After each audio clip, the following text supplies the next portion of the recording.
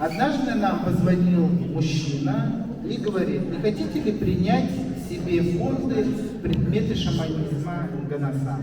Мы говорим: нет, мы не музей, мы все-таки дом народного творчества. Если у вас есть предметы, касающиеся декоративно-прикладного характера, то мы примем. Он говорит: нет, у меня работает именно вот шаманская атрибутика.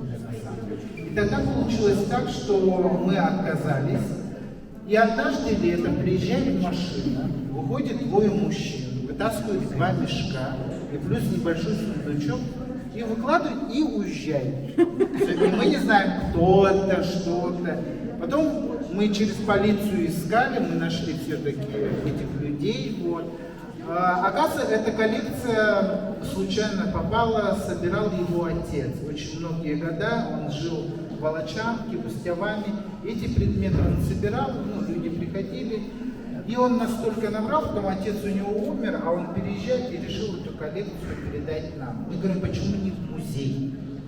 Он сказал: потому что я когда у вас работал электриком, он говорит, я смотрел, как вы занимаетесь предметами, как вы с ними обращаетесь. У них есть вторая жизнь у этих предметов. Они не лежат за стеклом, да? Вы постоянно с ними общаетесь, у вас есть соприкосновение с ними. И тогда, конечно, часть коллекции шаманизма у нас ушла на Ригскую, вот, в галерею, в музей. А вот то, что касается декоративно-прикладного характера и часть, которую мы решили оставить, это, конечно, коллекция шаманизма. Но это все было одобрено коренными малочисленными. У нас есть совет от старейшин, от коренных малочисленных, это Ингонасан. Вначале они провели обряд очищения, потом они выбрали, что у нас останется, и в итоге большая коллекция у нас осталась. Первую вы видите в центральной части этой витрины, называется бодямо. Бодямо — это ингонасанское женское украшение, металлическое. Его обычно делают женщины сами для себя, не мужчины делают. Бодямо висело на таком женском идоле, это койка, хранитель женщины. Вот сам койка мы отдали в музей, а предмет оставили у себя. Дальше, это все медь, да. Дальше колокольчики идут, это тоже. И вот люлька. Мы спрашиваем, для чего такая металлическая маленькая люлька? Оказывается, когда он Ингонасан рождался ребенок, ему целый год не давали имя, он безименный. Потом шаман делал следующий обряд, это был вот обряд именоречения. И тогда шаман поднимался в верхний мир и спрашивал разрешение дать имя ребенку. И в свидетельстве, что родился ребенок в среднем мире, он предоставлял эту люльку. Вот, верховному божеству, и тогда верховное божество давало имя, и тогда ребенка называли. Ну и здесь лодки, видите, это во время вот шайтанских над, где хранятся вот идолы, и они переезжали вот вокруг вот, рек, и они переплывали. Вот, у каждого. Ну, гагару, видите, металлическое копье, вот это все в шаманстве вот, играет вот роль. Ну и работы, оригиналы, это Турдагин, Митюмяку. Следующий год у него будет юбилей. Вот в этом году юбилей Бориса Молчана, потому он не мог приехать к вам. Вот, он на Рильске у нас выставляется. Следующий год у нас вот юбилей у Митюмяку. Это автопортрет его. Он вообще график. Он не закончил Суриковское училище, к сожалению. Он вместе учился с Борисом Молчаном. Борис Молчан закончил, а Митюмяку, к сожалению, захотелось тундры, простор, он не выдержал. Он сказал, да ну его, и поехал в оленеводчество, покорять тундру, но при этом у него все равно осталась школа. И, конечно, вот эти вот, что он мог в тундру взять с собой? Не холст, не масло же, конечно, акварель, графику, с собой всегда карандаш есть, чернила, и он мог вот это все изобразить.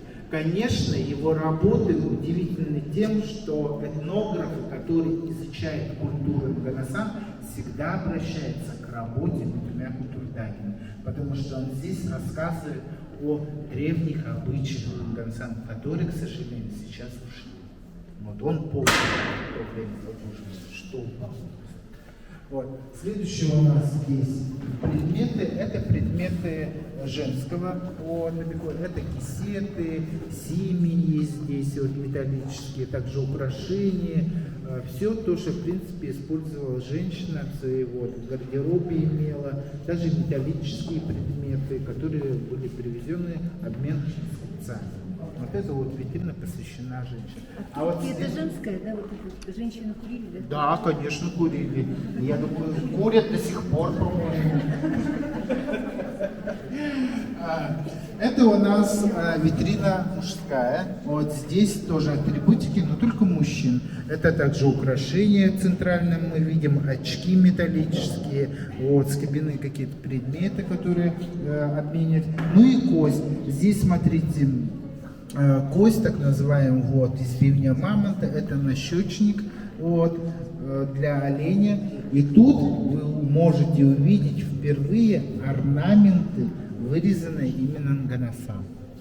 Такого вот предмета вы больше нигде не увидите, ни в одном музее. Спицу видите, это для ловли вот, рыбы, это таймень, обычно вот, ловит, вон спица есть. Она тоже делается из так называемой севки оленя, да? Вот. Я говорю, почему именно из севки? Они говорят, ну этот материал, то есть такой, что он в воде, к сожалению, не меняет форму. Трубки нет. Мужчина курил? Мой папа тоже не курил. Да. Мама курила, папа не курил. Да. А вот у женщины, видимо, да. Здесь уже мягкий материал представлен. Здесь представлена орнаментальная мужская прошлое. Вы видите, каждый орнамент по кусочку собирается женщинами. Вот эти вот орнаментальные, вы видите, да? Вот, ну как они сказать, это орнаментик, они называются муми отдельно. Потом они вшиваются сюда, на прошлое. Так женщина, вот, ганасанцы, это делает каким образом? Она вырезает проволоку и кожу черную, и потом ты вставляешь. Нет, не склеивает. А как? Затем видите швы, пол шва, и это она все зашивает. И тогда получается такой вот орнамент. Ничего себе. Ну, конечно, есть игольница, чтобы хранить тепло, да, чтобы не поломать это, потому что иголка все время очень дорого стоит. Жидкие нити, да, которые используют, ну и так и получается. А вот это что за это украшение, это игольница, посмотрите, там иголка. Вот это? Да. Он видите? Она сюда на конечно, да. У каждой женщины будет всегда с собой. Вот. А следующая вон витрина, это у нас современного художника, уже мастера Костореза, Чунчара, он тоже Это Нган, да? У него это Нган. Вот. Видите, отличие какой работы. У него такая пластика идет, да? Он использует оленей рог здесь. Он только добавляет чуть-чуть немного, и вот так вот он видит вот, культуру своего народа, таких вот образов. У него очень много таких вот работ больших, но, к сожалению, только 5. Это у нас бедренная часть. Ну, тоже очень интересно у него сделано. Ну, они такие очень интересные. А вот следующая у нас витрина будет уже посвящена долганской культуре. Это у нас уже киргизы. Киргизов Николай вот у нас на Тайге, он знаменитый у нас, к нему уже на хромой кобыле не подъедешь. Это очень востребованный мастер-косторец. Вот, он член Союза художников, сейчас получил звание мастера Красноярского края, вот, заслуженного. Вот. И его работы сейчас, конечно, в основном в частных коллекциях. У него очень интересные работы, он работает в разных техниках. Вот, в основном использует он здесь бивень мамонта. Тема у него бывает разная. Вот, тема об истории. Вот центральную я специальную работу привез, называется «Происхождение ингоносанского народа». Видите рыбу? Это мифическая рыба, она называется сакана. Сакана у долган – это мифическая рыба, которая плавает в водах времени. В центре нее находится кости дух земли. И некоторые долганы говорят, что происходили они именно от этой рыбы. Мы видим, что рыба стоит на 4 основаниях. Да? Это чумы, это 4 рода, вот, не эллинкийских, а других родов, да, которые произошли долганы. Это Эдейн, Каранту, да? Вот, это те вот рода, которые произошли сейчас в современных долганах. Вот. И в центре он ставит Паскаль. Это календарь, да? Это такая вот философия времени, да? Через которую, в принципе, народ долган прошел вот, свою трансформацию. Вот видите, календарь. В рыбе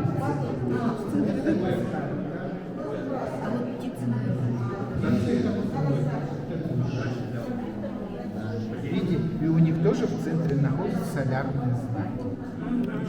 Это все взято прямо из оригинала. Это наш Борис Молчанов. Борис Молчанов у нас не только знаменит своим кожей, а вообще на Таймыре все Бориса Молчанова почему-то воспринимают только кожаные. Когда мы представили работы живопись, графику, разные техники, они говорят, оказывается, Борис Молчанов и еще печатать еще, да, он когда участвовал, книги делали тогда, вот, он тоже делал небольшие афорты, вот, небольшие для того, чтобы печатать стихи, еще, вот, поэтому он вот работал. И, конечно, вот графические такие линогравюры, они вот были 4, вот, 10 переданы вот именно в музей. Ну, это тоже работы нашего мастера Николая вот, Киргизова. У него очень интересная работа с каждым разом. Он работает в разных техниках. Вот. Конечно, я не могу привести всю коллекцию его. Почему? Потому что у нас авиакомпании только могут взять вручную 10 килограмм. Что, влезло? Вручную? Да, только вручную. Мы его не сдаем. Мы ее в воздухе несем, потому что они хрупкие, их нельзя. Да. Ну и традиционные костюмы долган здесь, вот эти все старинные парки, вот их несколько лет. Здесь представлены 8 видов парк из разных районов, даже не районов, а поселков, сельское поселение Хатанга, а также поселка Волочанка. Мы можем проследить весь ход разного разнообразия техники, орнаментики и названия этих парок. Здесь есть разные техники аппликации или мозаики шерстяных вот нитей, да, вкрапление их, да, тем самым в орнаментику костюма долганского. Очень интересная техника. Также старинная техника, вот, подшитый волос. Вот здесь есть мышиный шаг, вот, и другие орнаменты, харбаняк, растопыренные пальцы. Это все шито из природных материалов. Это олени подшитый волос, красители тоже природные, камень, вот, который вот, красится с помощью вот, сухого вот, покраски. Долганы называют этот красный камень погор. Следующая посвящена мужчине, да, это пояс нашего мастера. Наш мастер зовут Чурин Дмитрий. Вот он сделал мужской пояс, называется телегий. Вот такие пояса были у всех мужчин. И вот эти пуговицы, которые были, да, здесь автор сделал орнаментику, а долганы всегда делали даты. Я у папы тоже такой пояс, я спрашиваю, что за даты у него? Оказывается, у него даты моего года рождения, моих 3 сестер, его дата моей матери рождения и свадьбы. Чтобы не забывать. Да, и в итоге очень интересно, как Вот это вот круглая избивня мамонта, это мужская бугатка. Бугатка это держатель вожжи, передового оленя. Вот они обычно бывают избивня мамонта или бывает из рога оленя, чтобы упряжка была тихая, потому что там все-таки охотник мужчина, да? А вот женская будет уже бугатка совсем другая. А это предметы, из чего, в принципе, долганцы, мастерицы, шьют.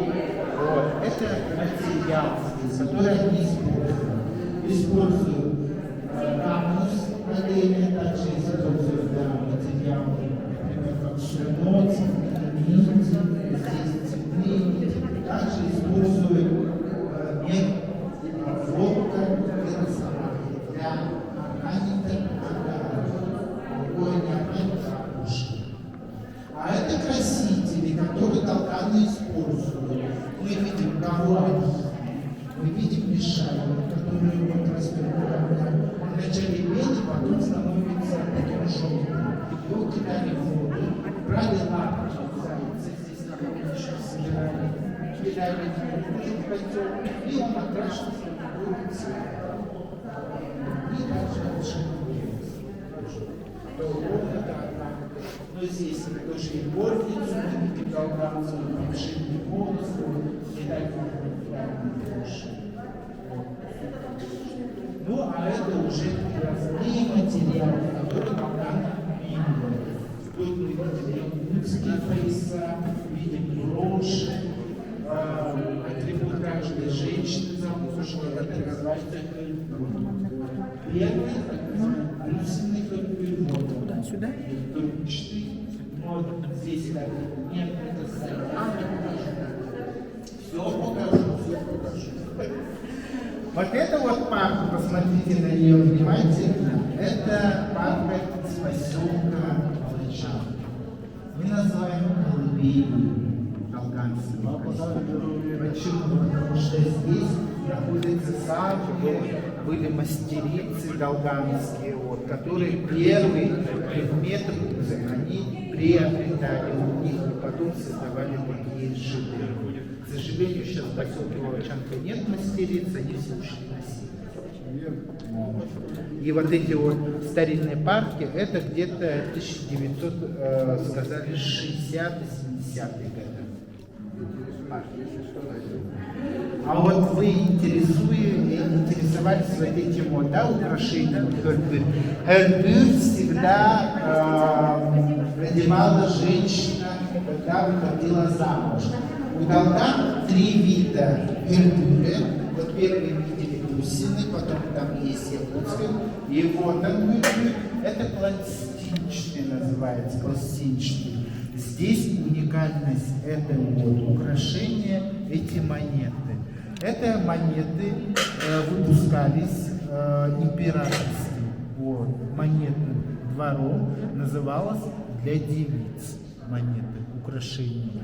Все коренные, малочисленные, ну, я тут не вижу, если честно говоря. Если девочки потом, да, ну, конечно, старинные, императорские. Вот. И вот эти вот монеты у каждой манисты, вот эти все украшались этими монетами. Вот. У любой коренной вот народности, от Кавказа до этого вы увидите вот эти вот старинные предметы. Обереги, для чего сзади? А сзади это, во-первых, говорит о том, что дорогу от мужа и жены, и вот их связывает. Такие вот орнаментальные вот, ну, так называемые украшения, как бы, носили только замужние женщины. Вот, во-первых, это музыкальное. Вот во время хейра они подзвенивали и получался какой-то музыкальный инструмент. Ну, плюс еще отгоняли, и на волстафе женщин можно увидеть только замужние женщины. То есть парень уже не подойдет. Конечно, да. Везде всегда существовала символика. Вот даже в костюме Нгонасан, посмотрите, да? Костюм Нгонасан — это вообще паспорт. Паспорт, здесь можно все полностью прочитать. Вот, с каждым разом вы видите, насколько сложный крой, да, этого костюма. Каждая деталь отдельно вставляется, потом расширяется, вставляется, расширяется. Каждый орнамент тем самым парка увеличивается, орнамент добавляется. Если у него много детей, это если оба сзади посмотрим здесь, да, вот эти вот называемые квадраты, вот, как у меня вот так и говорит. Малевич придумал черный квадрат. Ничего подобного не придумал, это уже ренессансский народ. Вот. И это означает тоже бесконечность. Вот. Есть белый квадрат, есть черный квадрат. И у каждой женщины, у мужчины есть такие подвески. Это символизирует о достатке в семье. Например, каждая полоска, каждая вот, да, штрих, вот, это говорит об олене. То есть он богат уже, да, конечно. Мы видим уже составление уже вот этой вот части трех, тоже благосостояние. А пушку они использовали только мех белой собаки и черной собаки. Они специально выращивали для этого. Вот. Все природные материалы, которые вы видите, это все сделаны из Италии, да, это замша, вот, или боковая часть вот, оленя. Но в основном вы видите, здесь используются три основных цвета: белый, черный и красный. Это оперение священной птицы Гагары. И вот обувь тоже у них очень интересная, вы видите, да? Вот. То, что они вот так вот ходят, это очень удобно на самом деле, во время, особенно по сугробам. Да, сверху. У женщины всегда было комбине, оно было двух видов, зимнее комбине и летнее. Здесь представлен зимний комбине.